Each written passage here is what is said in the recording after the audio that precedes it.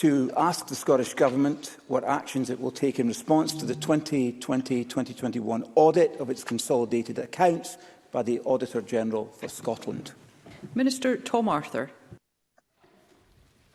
I welcome the Auditor-General's opinion on the accounts. This is the 16th consecutive year that the accounts have received an unqualified opinion, demonstrating the Scottish Government's sound and transparent management of the country's finances. The financial position reported in the accounts has been taken into account in the subsequent budget process. There are aspects where action has already been taken and is in progress.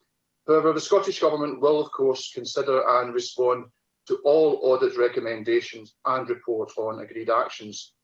The report will, I understand, be considered by the Public Audit Committee in January, and the Scottish Government will respond to the committee's interest in any aspect of the report, which is wide-ranging. Stephen Kerr. Thank you, Presiding Officer. Describing the Auditor-General and Audit Scotland as the opposition is not a good look for the Cabinet Secretary for Finance or the Deputy First Minister. The Cabinet Secretary seems to have been busying herself claiming that the rest of us just don't understand the numbers. Well, I'm more than satisfied that the Auditor-General understands the numbers, and I hope she does too. And he says that there are £580 million of an underspend for the 2020-21 year.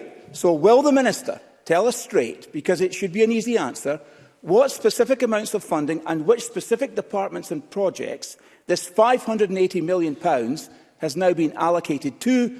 In short, where's the money? Minister. Thank you, Presiding Officer. Firstly, what I would say to Stephen Kerr is I do not recognise the remarks that he attributes to the Deputy First Minister or the Cabinet Secretary for Finance and the Economy. And I would assure the Member and Parliament that this Government has absolute respect for all of the work that Audit Scotland carries out. In regards to the second questions, I would refer him to the statement I gave to Parliament 6 months ago on the provisional outturn, or to the budget document that was published for this current financial year, where the majority of that underspend was carried forward. And if he seeks further guidance on the matter, I suggest he looks behind him to Liz Smith, who I wrote to following the provisional outturn statement and provided further detail following that statement in the summer. Stephen Kerr.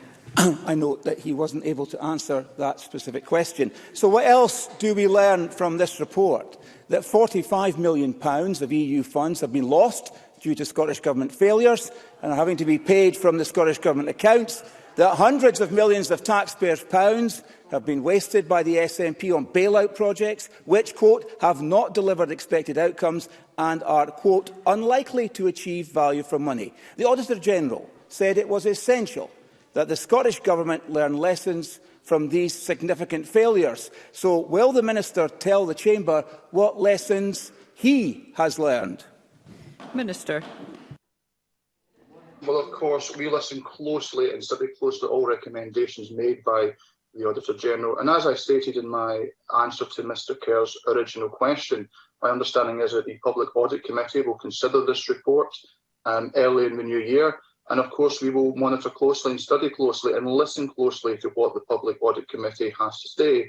With regards to where funds have been allocated, I appreciate that Mr Kerr is relatively new to this Parliament, but I would just restate again that the underspend, the majority of it, was anticipated. And of course, we have a process of autumn budget revisions and spring budget revisions where money is allocated. And indeed, with regards to aspects of the underspend to which he refers, that was further detailed to the Public Finance Administration Committee last month by myself when moving the autumn budget revision. And you will find full details in the official report and these documents also published on the Scottish Government website, which I'm sure will provide some very stimulating and engaging and informative reading for Mr Kerr over the Christmas period.